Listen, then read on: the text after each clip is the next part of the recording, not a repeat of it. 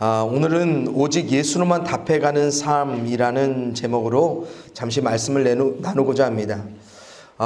매해 기독교 절기인 사순절을 시작으로 부활절에 이르기까지 우리 기독 공동체들은요, 오직 예수의 십자가와 부활에 관한 말씀들, 그리고 의식들, 행사들로 가득했던 그 두 달을 좀 보내고 나면 어느덧 우리 삶 속에서 언제나 분명하게 남겨져야 할, 그리고 우리 구주 예수 그리스도의 그 신앙이요, 어째 잠잠해졌다가 12월 성탄절쯤 해서 겨우 다시 깨어나게 되는 것이 아닌가라는 좀 생각을 해보게 되는데요. 바라옵기는 오늘 말씀을 통해서 우리 신앙과 그 삶 속에 절기와 상관없이 영원토록 오직 예수 그리스도만을 주목하는 그 신앙이, 그 은혜가 다시 한번 충만하게 우리 안에 회복될 수 있기를 간절히 소원해 봅니다. 오늘 저는 본문 말씀 속에서요, 두 부류의 사람들에 관해 좀 초점을 맞추어 말씀을 나누고자 하는데요. 첫 번째 부류의 사람은 분명 예수가 남아 있었어야 할 사람들에 관한 것이고, 두 번째 부류는 오직 예수만 남기는 사람에 관한 것입니다. 이 두 부류의 사람들 모두는 사실 예수 믿는 우리 자신들을 지칭하는 것이기도 합니다. 왜냐하면 우리는 늘 분명하게 예수가 늘 남아있어야 할 사람들인 동시에 언제나 오직 예수만 남기는 사람들이어야 되기 때문에 그렇습니다. 여러분, 오늘 본문은요, 베드로와 요한이 유대인들의 종교, 사회, 정치 지도자들인 제사장들, 그리고 성전 맡은 자들, 그리고 사두개인들에게 붙잡히는 장면으로부터 시작합니다. 본문 이전 3장에 보면요, 왜 지금 베드로와 요한이 이들에게 붙잡히게 되었는지 그 배경이 나오는데, 그것은 바로 예루살렘 성전 문 앞에서 구걸하던 태어날 때부터 걷지 못한 한 사람을요, 베드로가 누구의 이름으로요? 바로 예수 그리스도의 그 능력의 이름으로 일으킨 기적적인 사건이 하나 있었습니다. 그래서 우리들이 잘 아는 거죠. 어릴 때부터 즐겨 부르던 찬양, 베드로의 아주 유명한 이런 고백이죠. 금과 은 나 없어도 내게 있는 것 내게 주니 곧 나사렛 예수의 이름으로 일어나 걸으라 라고 베드로가 선포하자 어떻게 됐어요? 태어날 때부터 걷지 못했던 한 사람이 걷고 뛰는 기적이 많은 사람들 가운데 보여지게 됩니다. 그러자 이 기적의 광경을 목격한 많은 유대인들이요, 이제 베드로와 요한에게 주목해서 몰려들기를 시작했어요. 바로 이때 베드로와 요한은 자신들을 주목하는 유대인들에게 그들의 회개와 예수 그리스도에 관한 복음을 강력하게 선포합니다. 그런데 이런 베드로와 요한의 복음 선포에 유대 종교 지도자들이었던 제사장들, 성전 맡은 자들, 그리고 특별히 사두개인들에게 더욱 거슬렸던 한 가지가 있었는데요. 그것은 뭡니까? 예수 그 자체이자, 그리고 예수의 부활, 그리고 그 부활을 믿는 신앙 때문이었습니다. 그래서 결정적으로 이 예수와 그의 부활을, 그리고 그의 부활이 예수 믿는 자들에게도 이루어질 것이라 강력하게 선포하는 베드로와 요한이 본문 3절에서 이제 그것을 싫어하는 자들에게 붙잡히게 되었습니다. 특별히 2절 말씀에서 언급한 예수 안에 죽은 자의 부활, 즉 그리스도인의 부활 신앙이 아주 문제가 되었던 중요한 그룹이 있었는데, 그들이 누구냐면 바로 사두개인들이었습니다. 여러분, 마가복음 12장에 보면요, 이 사두개인들이 부활과 관련해서 예수님과 논쟁하는 장면이 한번 나와요. 그런데 마가가요, 이 사두개인들을 그래서 어떻게 표현하냐면 마가복음 12장에서 부활이 없다 하는 사두개인들이라고 표현합니다. 그래서 예수님은요, 부활을 믿지 않는, 부활을 부정하는 사두개인들을 향해 너희들 성경도 하나님의 능력도 알지 못함으로 오해하고 있다라고 책망하셨는데요. 그럼 여러분들, 왜 사두개인들이 당시에 부활이 없다라고 믿었냐면, 신앙적으로 사두개인들은요, 그들이 생각하는 정경, 바로 성경이 무엇이냐면 창세기부터 신명기까지 오직 5권, 우리가 흔히 모세오경이라 말하는 이 성경만을 그들은 하나님의 말씀으로 인정하며 믿어왔었습니다. 그래서 사두개인들은 모세오경에는 기록되지 아니한 죽은 자의 부활을 믿지 않았어요. 그런데 당시의 사두개인들은 이런 부활을 부정하는 믿음뿐만 아니라 그들은 사회적으로 어떤 위치에 있었냐면 굉장히 소수였지만 부유한 상류층에 속해 있었습니다. 그래서 정치적으로는 그들이 대부분 유대사회 공예의 주요 지도자들이었고요. 또한 종교적으로는 제사장의 역할, 그리고 성전을 관리하는 역할, 그래서 유대사회에서 실제적인 지배 권력층이 누구였냐면 바로 이 사두개인들이었습니다. 그런데 바로 이 권력층의 사람들이 뭐예요? 부활을 믿지 않고 부활을 싫어했던 겁니다. 이런 그들에 의해 이제 베드로와 요한이 지금 붙잡혔어요. 그런데 이런 상황 가운데 아주 기막힌 현상이 하나 일어나죠. 우리 본문 3절 4절의 말씀 한번 같이 읽어보겠습니다. 같이 읽어요. 시작. 그들을 잡음에 날이 이미 저물었으므로 이튿날까지 가두었으나 말씀을 들은 사람 중에 믿는 자가 많으니 남자의 수가 약 5천이나 되었더라. 아멘. 여러분, 비록 베드로와 요한 두 사도들은 육체적으로 갇히게 됐어요. 감금되었지만 그들이 전한 복음 말씀은요, 사람에 의해 갇히지도 붙잡히지도 매이지도 않고 어떻게 됩니까? 그 말씀이 살아 역사하기를 시작해요. 그래서 이 선포한 말씀을 통해 사람들이 어떻게 됩니까? 무려 남자만 약 5천 명이나 믿게 되었다. 성경은 증거해 주고 있습니다. 그런데요, 여러분 4절의 말씀을 다시 한번 주목해 보세요. 아주 중요한 사실이 있어요. 그것은 바로 말씀을 들은 사람 중에라는 구절입니다. 여러분, 여기 말씀을 들은 사람 중에 지금 베드로와 요한을 붙잡았던 제사장들, 성전 맡은 자들, 사두개인들 있었을까요? 없었을까요? 그들도 말씀 들은 사람 중에 있었습니다. 그래서 사도들이 가르치고 전한 말씀을 그들이 뭐했다? 싫어했다라고 2절에서 분명히 밝히죠. 들었으니까 싫든지 좋든지 판단이 되지 않았겠습니까? 그런데 잘 보세요. 4절에서 믿었던 사람 뭐라고 말합니까? 무려 남자만 5천 명. 베드로와 요한이 전도했던 그 순간에 최소 그러면 뭐예요? 최소 남자들 5천 이상이 있었다는 것입니다. 그런데 이 수천의 군중들 속에서 5천 명에 다다른 사람에게는 예수를 듣고 예수를 믿게 되는 놀라운 역사가 있었지만 그 외의 나머지들, 그들은 뭐 한 거예요? 안 믿은 거예요. 여러분, 어찌 보면 이게 더 놀라운 거 아닙니까?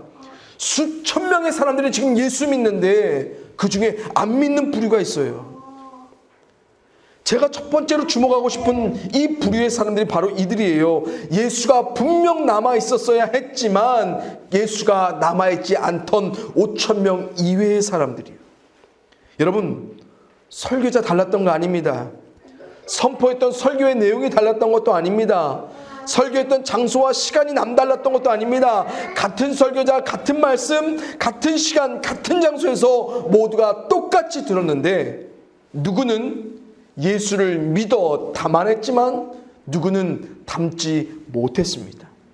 누구에게는 예수가 복된 소식으로 남아있었지만 누구에게는 그렇지 않았다는 거예요. 수천 명의 사람들 중에요, 여러분, 몇 명, 아니 몇십 명, 아니 몇백 명만 믿었다면 그래, 그거 못 믿을 수 있겠다라고 우리가 가정할 수 있겠습니다. 하지만 지금 믿은 사람들 뭐예요? 무려 수천입니다.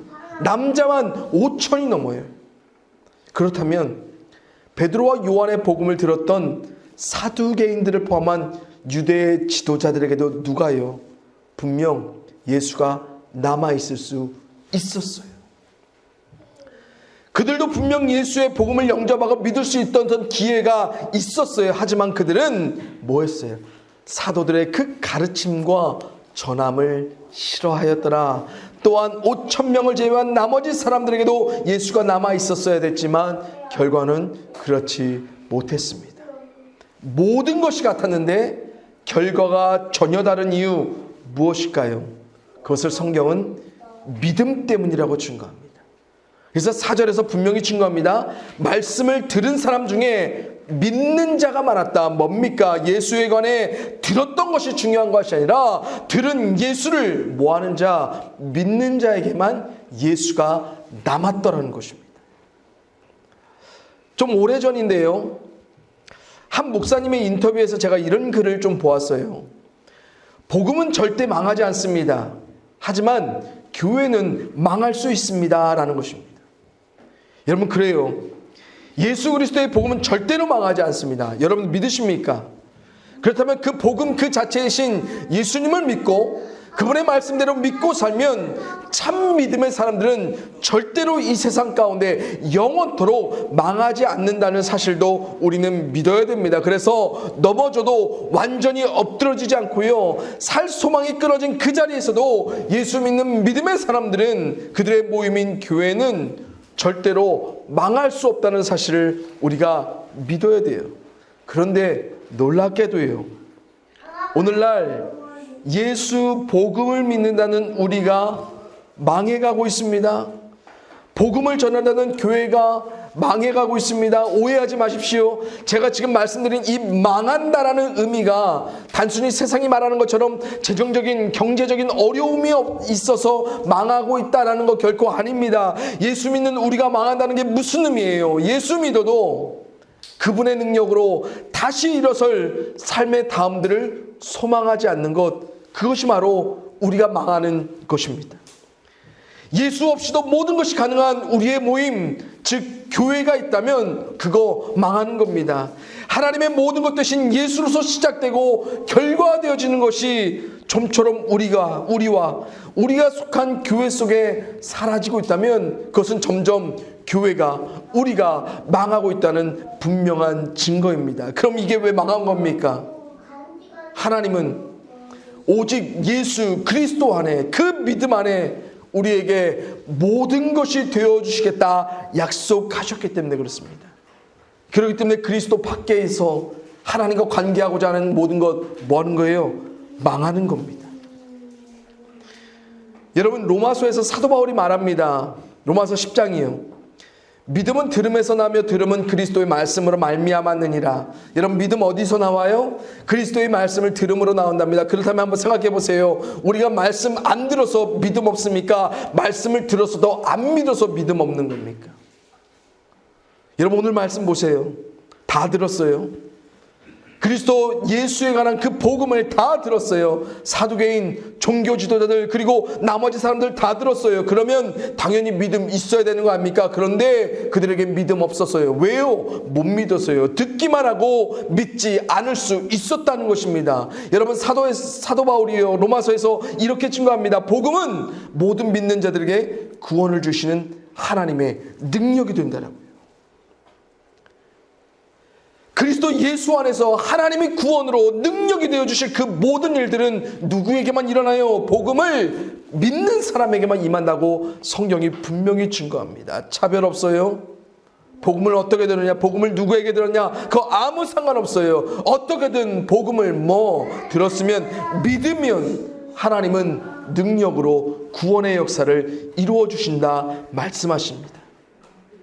그런데 오늘날 이 땅의 교회와 이 땅의 성도들의 삶들이 망하는 이유가 뭡니까? 오늘날 예수를 믿는 게 아니라 우리는 자꾸만 듣고만 있기 때문에 그렇습니다. 예수에 관해 듣고 있는 자들이 많아지고 있기 때문에 그렇습니다. 우리는 오늘도 홍수처럼 쏟아지는 수많은 예수의 말씀들 속에 살아가지만 그 말씀들 잘 믿지 아니에요. 말씀을 믿지 않으니까 그 믿음 없음에 하나님께서 능력이 되어주실 그 삶의 구원들을 우리가 마주하지 못하는 것입니다. 사랑하는 성도님들, 듣고 있는 것이 믿는 것 아닙니다. 매주 듣고만 있다고 내가 예수 제대로 믿고 있는 것 아닐 수 있습니다. 정말 예수를 믿는다면 예수 안에 이루실 하나님의 구원을, 하나님의 능력으로 이뤄내실 그 삶의 다음들을 능력의 이름 예수로 간구해 가십시오. 우리의 감정을 휘몰아치는 환경에 주목하지 않고 세상이 줄 수 없는 평안으로 우리의 삶을 인도하여 가실 그 예수의 이름을 붙들어 가십시오. 어떤 삶에서도 우리의 마음을 지켜 모든 삶을 가능하게 하실 그 예수 안에서 하나님의 기적적인 그 회복의 능력을 우리 모두가 경험해 갈 수 있기를 간절히 소원합니다. 그래서 오직 예수로만 이야기될 삶의 놀라운 삶의 그 내용들이 더욱 우리의 매일의 삶 속에 하나하나 차곡차곡 쌓여져서 더욱 풍성한 하나님의 역사를 우리의 삶으로 기억하며 살아갈 수 있기를 간절히 소원해 봅니다. 이제 두 번째입니다.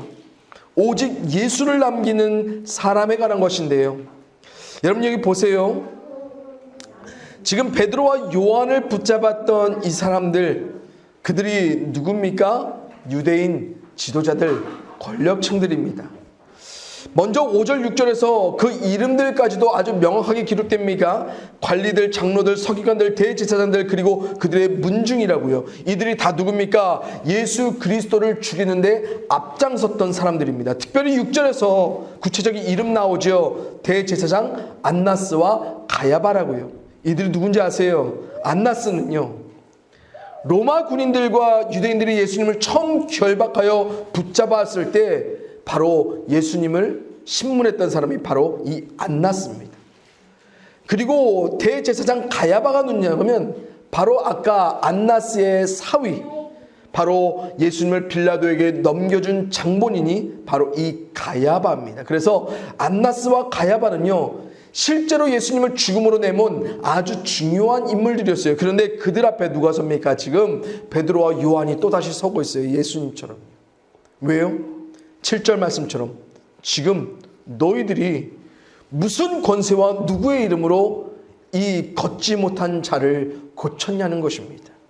그러자 8절 말씀처럼 성령에 충만한 베드로가 어떻게 답합니까? 자신을 공회에 세운 백성의 관리들과 장로들을 정확히 지목하면서요, 어떠한 두려움도 약간의 흔들림과 망설임 없이 단번에 누구의 이름을 맞춥니까? 예수의 이름, 그리고 그 예수의 이름의 능력으로 병을 고쳤다라고 10절에서 선포합니다. 여러분 여기서 아주 중요한 건 이겁니다. 오직 예수를 남기는 자에게 성령이 충만한 역사로 함께하였다는 것입니다. 여러분 여기서 만약 예수를 싫어하는 그들에게요, 베드로와 요한이 그 상황을 잠시 모면하고자 했다면 예수의 이름만 지원했으면 그만입니다. 그럼 그들에겐 더 이상의 추궁, 핍박 전혀 없었을 것입니다. 하지만 그들이 어떻게 합니까? 오직 예수로만 답해가기로 해요. 그리고 예수로 답해가는 그들의 삶의 현장에 하나님은 성령의 충만한 역사로 상대를 당당히 마주하게 하세요. 자신들은 철저히 약자예요. 그들은 강자예요. 하지만 이 상황 가운데 누구보다 그들 앞에 당당히 서나가는 베드로와 요한의 모습을 보십시오. 여러분 바로 이거예요. 예수로만 답해가는, 오직 예수만을 삶 속에서 남기는 믿음의 사람들에게는 성경의 말씀대로요, 세상이 감당할 수 없는 존재, 세상을 이기는 존재로서 하나님이 우리를 하나하나 남겨갔어요. 사랑하는 성도님들, 우리에게 성령의 충만함이 임한다면 무엇을 원하겠습니까? 여러분들에게 성령의 충만한 역사가 진짜로 필요한 그 이유가 뭐냐는 거예요. 그런데 보세요. 성경 모두에서 증거하는 것처럼 성령의 충만한 역사는요, 언제나 예수 그리스도와 관계된 모든 것에서 능력으로 일어났다는 사실을 여러분들 꼭 기억하셔야 됩니다. 그러기에 성령의 충만한 능력의 삶을 기대하고 소망한다면 우리는 오직 예수만을 남기기로 작정하는 삶, 오직 예수로만 삶으로 답하는 그 삶을 살아가기로 우리는 작정해야 되는 겁니다. 복음이신 예수님이 우리의 삶을 통해 증거되길 소원하고 기도해 보십시오.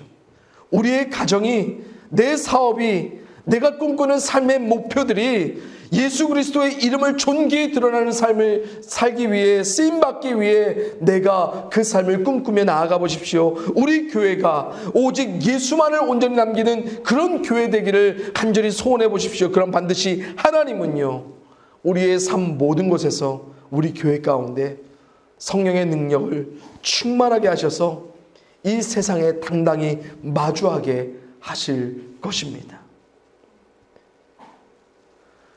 사랑하는 성도님들, 우리가 이걸 꿈꿨으면 좋겠어요. 예수의 이름, 그렇게 허접한 이름 아닙니다.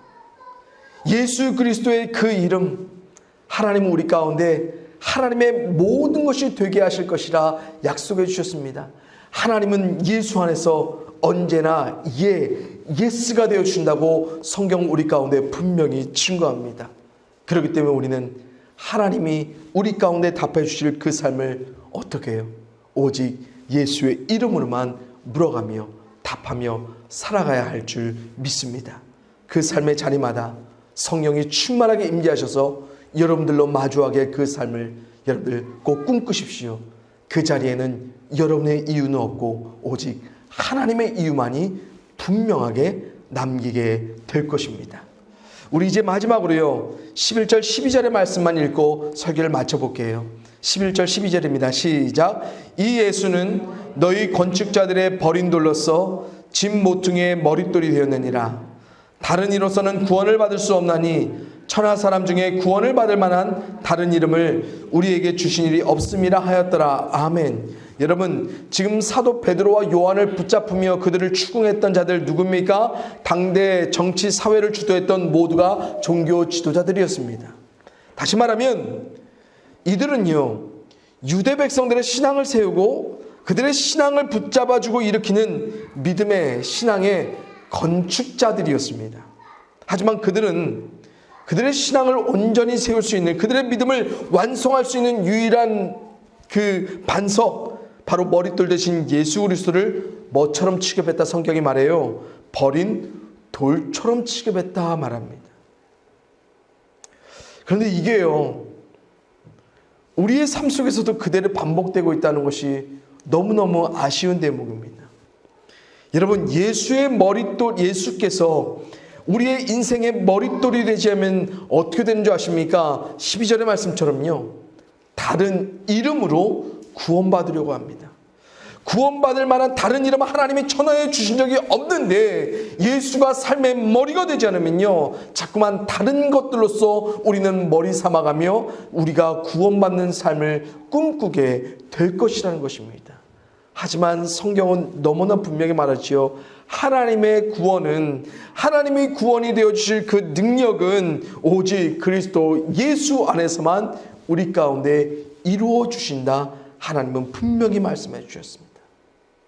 사랑하는 성도님들, 우리 질그릇 공동체 성도님들 모두가, 우리 모두가 다시 한번 오직 예수로만 삶의 승부를 걸어갔으면 좋겠습니다.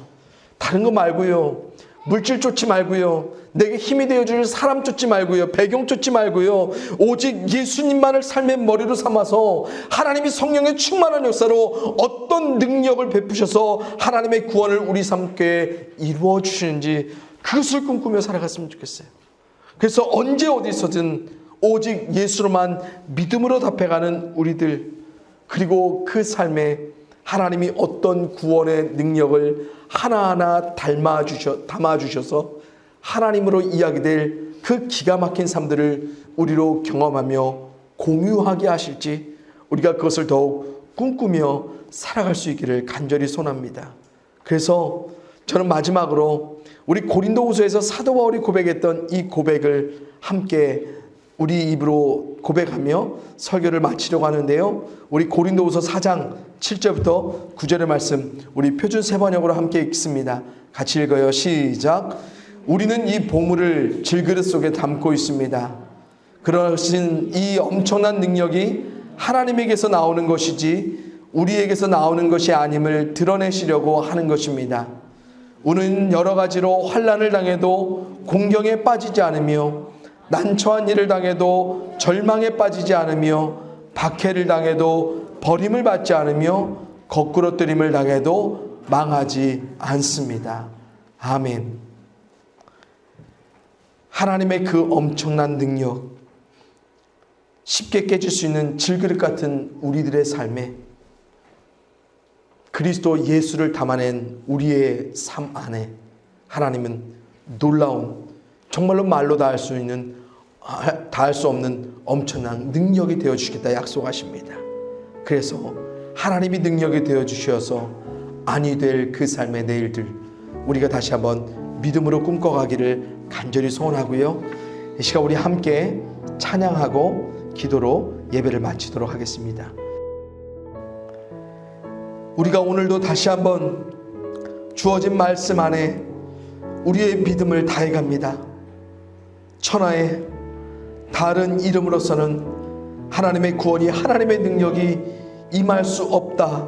하나님 우리 가운데 선포하여 약속하셨사오매, 아버지 하나님, 우리의 삶에 하나님의 능력이, 하나님의 구원이 필요한 곳곳마다 언제나 능력의 이름 예수로서 우리가 하나님 앞에 답해갈 수 있도록 도와주옵시고, 또한 우리의 이로서는 움츠려 괴로워 어려워 무서워 피할 수밖에 없는 그 삶의 현장에서 예수로 답해가는 우리들 가운데 그 세상을 당당히 성령의 충만한 은혜로서 마주하게 하실 하나님을 우리가 기대하게 하여 주시옵소서. 하나님, 하나님으로 꿈꿨다면 하나님이 답하여 주실 그때까지 우리가 끝까지 인내하며 하나님이 답이 되어 주실 그때까지 믿음으로 나아갈 수 있게 하시고, 그 믿음의 곳곳마다 우리의 것들이 나오는 것이 아니라 오직 예수 그 이름의 능력만이 우리의 삶 가운데 선포되어 줄 수 있도록 도와주시옵소서. 하나님, 이번 한 주간도, 아니 오늘부터 시작될 우리의 삶의 평생에 정말로 예수 그리스도를 붙들어 하나님과 함께하고자 하는 그 삶의 자리마다 하나님이 복된 삶의 내일들을 허락하여 주실 것을 우리가 꼭 믿으며 살아가기를 소원합니다. 그 믿음대로 되어지게 하여 주시옵소서. 감사를 드렸고 사랑이 많으신 예수 그리스도의 이름으로 감사하며 축복하며 기도합니다. 아멘.